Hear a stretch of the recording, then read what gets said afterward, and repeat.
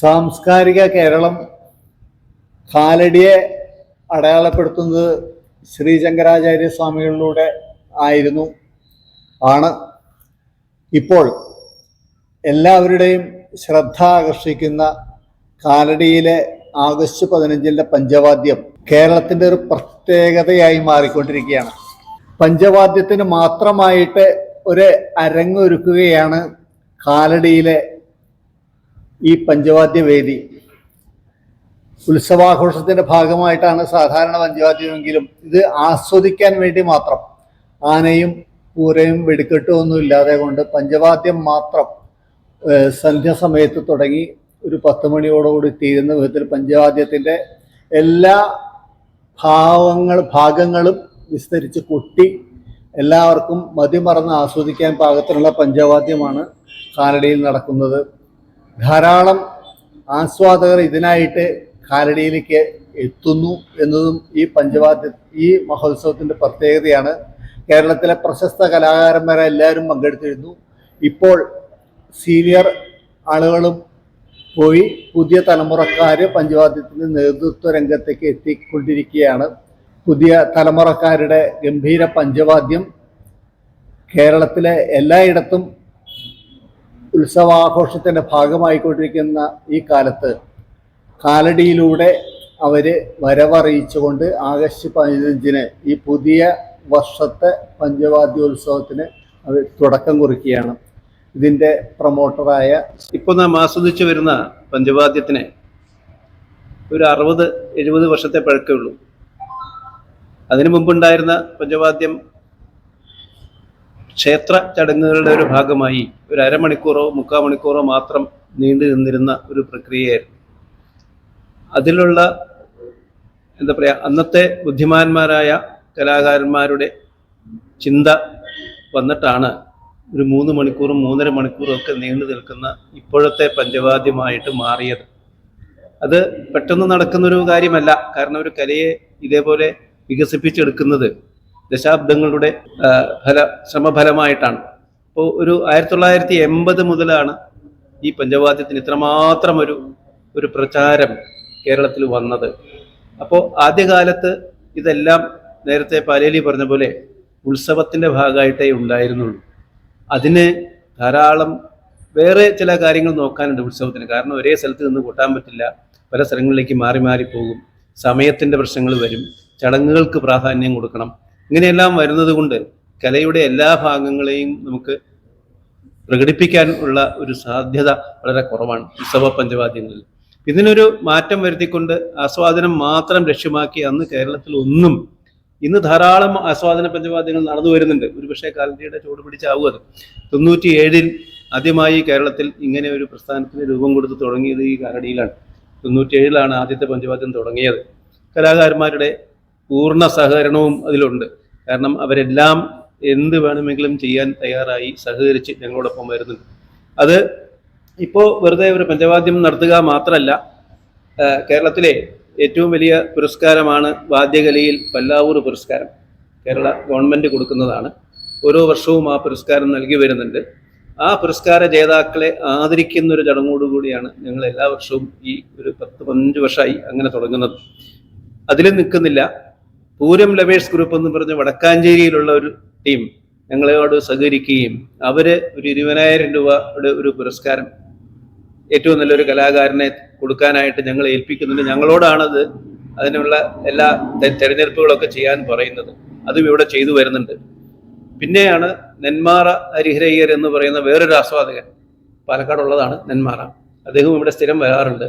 അദ്ദേഹത്തിൻ്റെ ഒരു എൻഡോവ്മെൻറ്റിൽ നിന്നും 20,000 രൂപ 2 പേർക്കായി ധനസഹായം ചെയ്യുന്നതിന്, അതായത് എന്തെങ്കിലും അസുഖം മൂലമോ അല്ലെങ്കിൽ വേറെ എന്തെങ്കിലും കാരണങ്ങൾ കൊണ്ടോ കല അവതരിപ്പിക്കാൻ പറ്റാതെ വരുന്ന കലാകാരന്മാർക്ക് ഒരു ചെറിയ സഹായം, അങ്ങനെ 2 പേർക്ക് 10,000 രൂപ വീതം അതും ഇവിടെ വെച്ച് കൊടുക്കുന്നുണ്ട്. ഇതിനെല്ലാം പുറമെയാണ് ആദ്യത്തെ വർഷം മുതൽ തന്നെ ഞങ്ങൾ കൊടുത്തു വരുന്ന ആസ്വാദക സമിതിയുടെ സുവർണമുദ്ര. ഇവിടെ പങ്കെടുക്കുന്ന സീനിയറായിട്ടുള്ള കലാകാരന്മാർക്ക് ഓരോ വിഭാഗത്തിലും പെട്ടവർക്ക് ഓരോ വർഷവും കൊടുത്തു വരുന്ന ഒരു പുരസ്കാരമാണത്. ഏതാണ്ട് ഒരു 70ഓളം സുവർണമുദ്രകൾ കാലടിയിൽ കൊടുത്തു കഴിഞ്ഞു ഈ പഞ്ചവാദ്യത്തിന് ചേർന്നിട്ട്.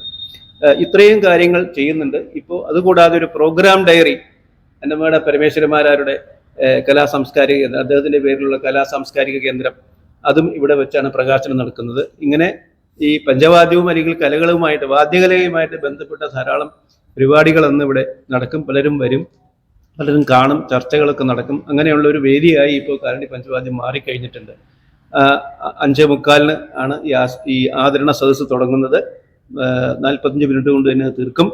6:30 മുതൽ പഞ്ചവാദ്യം ആരംഭിക്കും. പലലി പറഞ്ഞ പോലെ എല്ലാ കാലങ്ങളും വൃത്തിയായി കുട്ടി, എല്ലാ ത്രിപുടകളും ഒക്കെ വൃത്തിയായി ആസ്വദിക്കാൻ ഭാഗത്തിന് കുട്ടി, ഒരു 3 മണിക്കൂർ നീണ്ടു നിൽക്കുന്ന ഒരു സദ്യയാണ് ഈ പഞ്ചവാദ്യം ഇവിടെ അവതരിപ്പിച്ചു വരുന്നത്.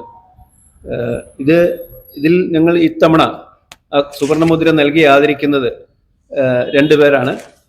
ഒന്ന് മച്ചാട്ട് പത്മകുമാർ എന്ന് പറയുന്ന ഒരു കൊമ്പ് വാദ്യ കലാകാരനാണ്. അദ്ദേഹം ധാരാളം പുതുമകൾ കലർന്ന കൊമ്പുവാദന രീതികൾ പരീക്ഷിച്ചുകൊണ്ട് വിജയിച്ചു വരുന്ന ഒരു കലാകാരൻ കൂടിയാണ്. വളരെ ഭംഗിയായി കൊമ്പ് വാദിക്കുന്ന ഒരു കലാകാരനാണ് ശ്രീ മച്ചാട് പത്മകുമാർ. അദ്ദേഹം ഇവിടെ ഒരു 20 വർഷത്തോളമായി ഇവിടെ ഊതി വരുന്നുണ്ട്. അതേപോലെ തന്നെ മായന്നൂർ ഗോപാലകൃഷ്ണൻ എന്ന് പറയുന്ന ഒരു ചെണ്ട കലാകാരനും സുവർണമുദ്ര നൽകുന്നുണ്ട്. നമ്മുടെ ഈ അമ്പലത്തിലെ തന്നെ കുടിപ്പുറത്ത് വിളക്ക് ദിവസത്തെ മേളം ഈ ആസ്വാദക സമിതിയുടെ വകയാണ്. അപ്പോൾ അദ്ദേഹം 25 വർഷമായി ഈ ചെണ്ടയുമായി ഇവിടെ വന്ന് മായന്നൂരിൽ നിന്ന് 2 നേരവും വന്ന് കുട്ടിയിട്ട് പോകുന്നുണ്ട്. അദ്ദേഹത്തിനും ഈ ഒരു സുവർണമുദ്ര കൊടുക്കുന്നുണ്ട്. പൂരം ലവേഴ്സിന്റെ പുരസ്കാരം കൊടുക്കുന്നത് പല്ലാവൂർ കൃഷ്ണൻകുട്ടി എന്ന് പറയുന്ന വളരെ വളരെ പ്രസിദ്ധനായ ഒരു നാഗസ്വര കുറുങ്കുഴൽ കലാകാരനാണ്. അദ്ദേഹത്തിൻ്റെ കുറുങ്കുഴൽ വാദനമൊക്കെ വളരെ വിഖ്യാതമാണ്. നാഗസ്വരം വായിക്കുന്ന പോലെ തന്നെ പാട്ടുകളൊക്കെ ആ കുറുങ്കുഴലിൽ കൂടി വായിക്കുന്നതിന് കഴിവുള്ള കലാകാരന്മാർ അങ്കുലി പരിമിതമാണ് കേരളത്തിൽ. അതിൽ ഏറ്റവും മുന്നിൽ നിൽക്കുന്ന ഒരാളാണ് ശ്രീ പല്ലാവൂർ കൃഷ്ണൻകുട്ടി. അദ്ദേഹവും ഇവിടെ സ്വീകരിക്കാനായിട്ട് വരുന്നുണ്ട്. പല്ലാവൂർ പുരസ്കാരം കിട്ടിയവരെ ആദരിച്ച് തുടങ്ങുന്നു എന്ന് ഞാൻ പറഞ്ഞു. അതിൽ 2 പേർക്കാണ് ഇപ്പോൾ കഴിഞ്ഞ വർഷം പുരസ്കാരം കിട്ടിയ മട്ടന്നൂർ ശങ്കരൻകുട്ടി മാരാർ, അദ്ദേഹത്തിനെയും ആദരിക്കുന്നുണ്ട്. ഈ വർഷം പുരസ്കാരം കിട്ടിയ ചോറ്റാനിക്കര വിജയൻ മാരാരെയും, അദ്ദേഹം നമ്മുടെ പ്രമാണിയായിരുന്നു 16 വർഷത്തോളം, അദ്ദേഹത്തെയും ആ വേദിയിൽ വെച്ച് ആദരിക്കുന്നുണ്ട്. മട്ടന്നൂർ അമേരിക്കയിലാണ്, അതുകൊണ്ട് അദ്ദേഹം ഉണ്ടാവില്ല. വിജയൻ മാരാർ വരും. ഇത്രയും നിറഞ്ഞ ഒരു സദസ്സാണ് അവിടെ 15-ാം തീയതി ഉണ്ടാവുക. നിങ്ങളുടെ എല്ലാം സഹകരണവും എല്ലാം ഞങ്ങൾ കാംക്ഷിക്കുന്നു. അടുത്തത് ഇതിനെപ്പറ്റി കുറച്ചുകൂടി കൂടുതലായിട്ട് കലാപരമായി സംസാരിക്കുന്നതിനായി ഞങ്ങളുടെ പ്രൊമോട്ടർ കൂടിയാണ്. ഇവിടെ നമ്മൾ അവതരിപ്പിക്കുന്ന പഞ്ചവാദ്യം പൂരങ്ങൾക്കോ ഉത്സവങ്ങൾക്കോ അവതരിപ്പിക്കാൻ പറ്റാത്ത ഒരു പഞ്ചവാദ്യമാണ് നമ്മളിവിടെ കൊട്ടുന്നത്. കാരണം പഞ്ചവാദ്യം നിന്ന നിപ്പിൽ കൊട്ടിയാലാണ് അതിൻ്റെ ആ ലയവും എല്ലാം അവിടെ നിൽക്കുള്ളൂ. ഏത് വാദ്യവും നടന്നു കൊട്ടുമ്പോൾ അതിൻ്റെതായ ലയങ്ങൾ കിട്ടില്ല. അപ്പോൾ ഇവിടെ നിന്ന നിപ്പിൽ ആസ്വാദനം മാത്രം ലക്ഷ്യം വെച്ചുകൊണ്ട് നല്ല നല്ല കലാകാരന്മാരെ അവസരം കൊടുത്തുകൊണ്ട് തുടങ്ങിയ ഒരു പരിപാടിയാണ്. കേരളത്തിൻ്റെ പുറത്ത് നിന്നും ഇത് ആസ്വദിക്കാൻ വേണ്ടി മാത്രം വരുന്ന കലാകാരന്മാരുണ്ട്, ആസ്വാദകരുണ്ട്, എല്ലാവരും ഉണ്ട്. അപ്പോൾ കലാകാരന്മാർക്ക് നല്ലൊരു വേദി, അവരുടെ കഴിവ് തെളിയിക്കാൻ പറ്റുന്നൊരു വേദി ആയിട്ടാണ് ഇതിനെ കലാകാരന്മാരും കാണുന്നത്. എന്താണെന്ന് വെച്ച് കഴിഞ്ഞാൽ ഇത് പൂരങ്ങളുടെ തുടക്കം അടുത്ത സീസണിലേക്ക് എല്ലാ കമ്മിറ്റിക്കാരും വരും. എന്താണെന്ന് വെച്ച് കഴിഞ്ഞാൽ അവിടെ നിന്ന് സെലക്ഷൻ ചെയ്യും ഓരോരോ സ്ഥലത്തേക്ക്. ഇന്ന ആൾക്കാരുടെ പഞ്ചവാദ്യം വേണം, ഇന്ന മദ്ദളം ഇന്ന ആൾ വേണം, കൊമ്പ് ഇന്ന ആൾ വേണമെന്ന്. അപ്പോൾ അവർ തരം തിരിച്ച് ഓരോരുത്തരെ കലാകാരന്മാർക്ക് വേണ്ടി ഇട്ടാണ് ഏറ്റവും കൂടുതൽ എൻ്റെ ബെനിഫിറ്റ് കിട്ടുന്നത്.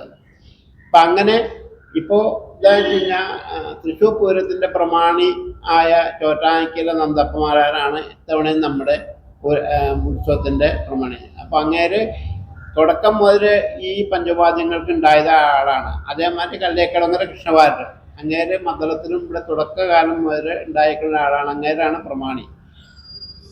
പിന്നെ പാഞ്ഞാൾ വേലൂട്ടി, അങ്ങേര് ഇന്ന് താളത്തിൻ്റെ ചക്രവർത്തിയാണെന്ന്. അങ്ങേരെ കവച്ചു വെക്കാനൊരാളില്ല. അമ്മാതിരി കൊമ്പാണെന്നുണ്ടെങ്കിലും എല്ലാവരും നമ്പർ 1 ആൾക്കാരാണ് ഇവിടെ വന്ന് കൊട്ടി ഇട്ട് പോകുന്നത്. അപ്പോൾ ഇത് സംഘടിപ്പിക്കാൻ പറ്റണത് തന്നെ എത്ര കാലം നടത്താൻ പറ്റുന്നൊന്നും അറിയില്ല. എന്താണെന്ന് വെച്ച് കഴിഞ്ഞാലും അത് നടത്തുന്നിടത്തോളം കാലം ഭംഗിയായിട്ട് നടത്തുക എന്നൊരു ചിന്താഗതിയിലാണ് കാര്യങ്ങൾ പോകുന്നത്. അപ്പോൾ എല്ലാവരും വരിക, സഹകരിക്കുക, പരമാവധി പബ്ലിസിറ്റി വേണ്ടാന്നല്ല പറഞ്ഞത്. ഇത് ആഗസ്റ്റ് 15 എന്ന് പറഞ്ഞു കഴിഞ്ഞാൽ കാലടി പഞ്ചവാദ്യം എന്ന് എല്ലാവർക്കും അറിയാം. വേറെ കൂടുതൽ പിന്നെ ചികിത്സാ സഹായം കൊടുക്കുന്നുണ്ട്. 2 കലാകാരന്മാർ നമ്മൾ ഓരോ പവന്റെ സുവർണ്ണമുദ്ര കൊടുത്ത് ഇത്രയും കൊല്ലം നമ്മൾ ആദരിച്ചു വന്നു. ഒരു കമ്മിറ്റിയും ഒരു ആസ്വാദകരും ഒരു കമ്മിറ്റി ആരും ചെയ്യാത്തൊരു സംഭവമാണ്. ഇത്രയും കാലമായിട്ട് നമ്മൾ മേളത്തിനും പഞ്ചവാദ്യത്തിനും ഓരോ സുവർണ്ണമുദ്ര കൊടുത്ത് നമ്മൾ ആദരിച്ച് അവരെ വിടുന്നത്. 29ാമത്തെ വർഷം 97-ലാണ് തുടങ്ങിയത്. ഇടയ്ക്ക് ഒരു വർഷം നടന്നില്ല. 2018 നടന്നു. അത് ഡിസംബർ മാസത്തിൽ നടന്നു. അതെ അങ്ങനെ 2 പ്രാവശ്യം മാറ്റി വെക്കേണ്ടി വന്നു. അതെ വേണ്ടാന്ന് വെച്ചത്. അതെ തലേദിവസം അതെ ഇവിടെ വെള്ളം കയറി. പിന്നെ ചടങ്ങായിട്ട് നമ്മളിവിടെ അതെ മുടക്കണ്ട എന്ന് വെച്ചിട്ട്